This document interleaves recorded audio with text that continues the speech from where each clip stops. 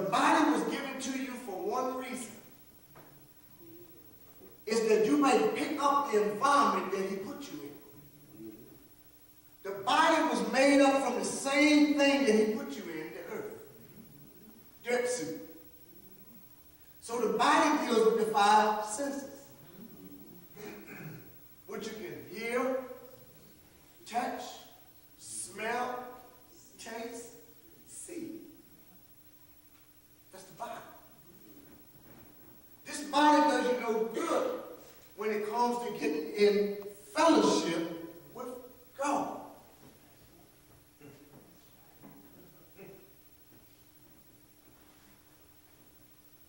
It does you no good. Because it was not given to you for fellowship. The Spirit was given to you for fellowship with the Father. So where's the soul at there? Let's go touch on it tonight. Your soul consists of three parts also. Your soul consists of the mind, the will, and the emotion.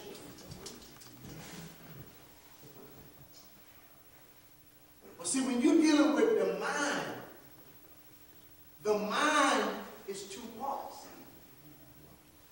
You have the conscious mind, which right now you are conscious of everything that's going on around you. You see me walking here. You see me walking here. You can see this one sitting in front of you. You can see this one sitting behind you if you turn around. That's the conscious mind. But then there's a second mind, which is the below mind, which is called the subconscious mind.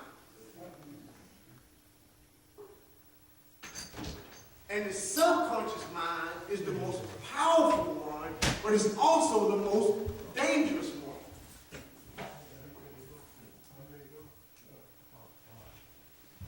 Why? Because once something gets in your subconscious mind, that's who you are.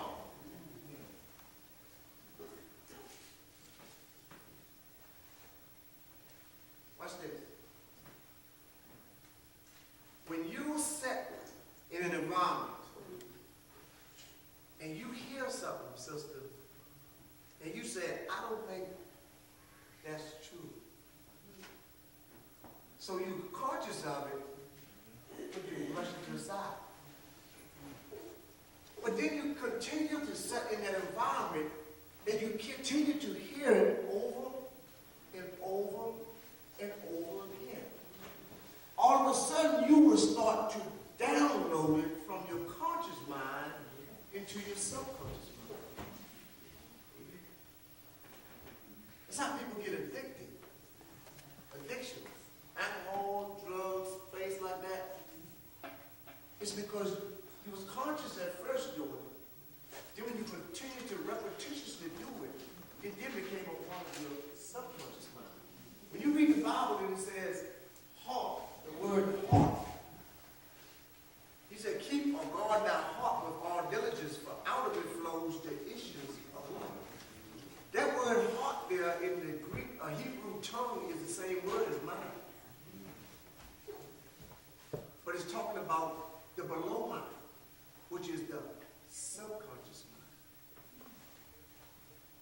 And see, what we have to do is, because we was in, or been in myself, speak only for myself, I was in religion for so long, I downloaded it. If you do this, this, and this, then God will do this. It became a part of my belief system. I allowed it to go down into my subconscious mind, and then therefore that's who I was.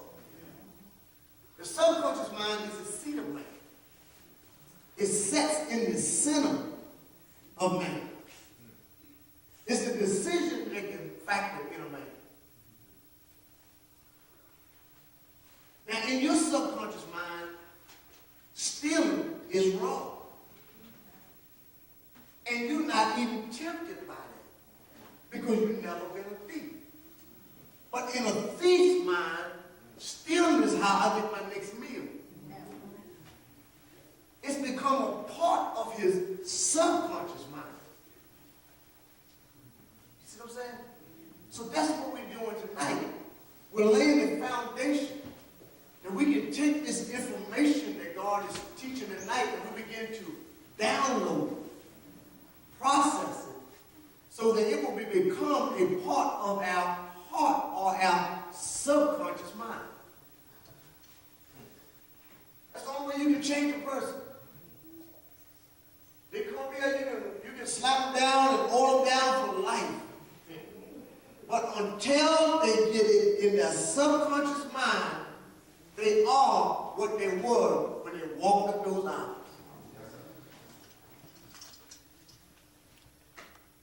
Religion would tell us to just hold them down and let them lay out in the floor for an hour or however long it took them before they get up. And when they get up, they're going to be a new creature. The scripture said, he that winneth is. It didn't say he that winneth a spirit, because the spirit already belongs to the Father.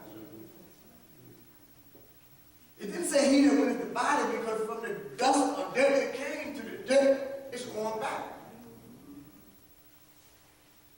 But it's the soul, it's the seat or the heart of man that God was dealing with. That's what God wanted.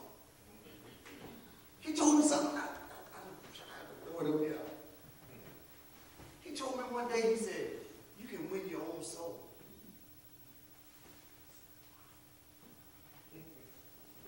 He said, you can win your own soul.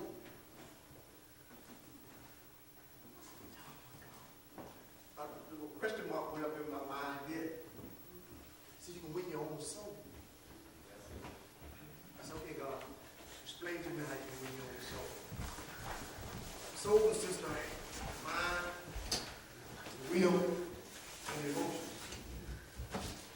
I can make a determination in myself that God's going to have my mind, my will, and my emotions.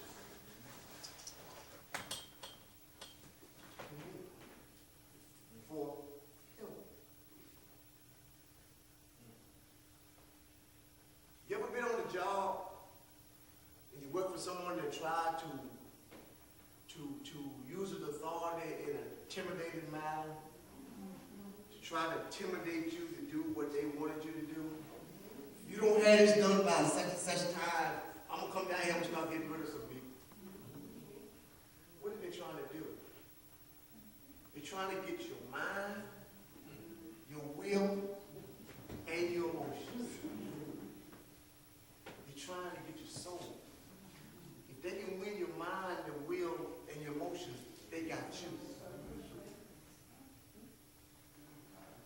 In the workplace, you have to win your own soul. Don't give it to somebody else. Because when they tell you that, you don't just leave it at the job. When you leave, you take it home with you. That's when you deal with the emotion part of it. Walk in the house and your husband's in a good mood or your wife's in a good mood, and you walk in the house nasty. Why? Because you allowed somebody to get down in your soul. Now they got your mind. You can't even concentrate on your family because your mind is still at the job. Your will then, all you think about then is, how am I going to get this production that he wants out of me tomorrow? You gave him your will. And your emotions. And when you came in and you find yourself crying, I don't have to find another job or lose a job or make good money. They got your soul. They got your soul.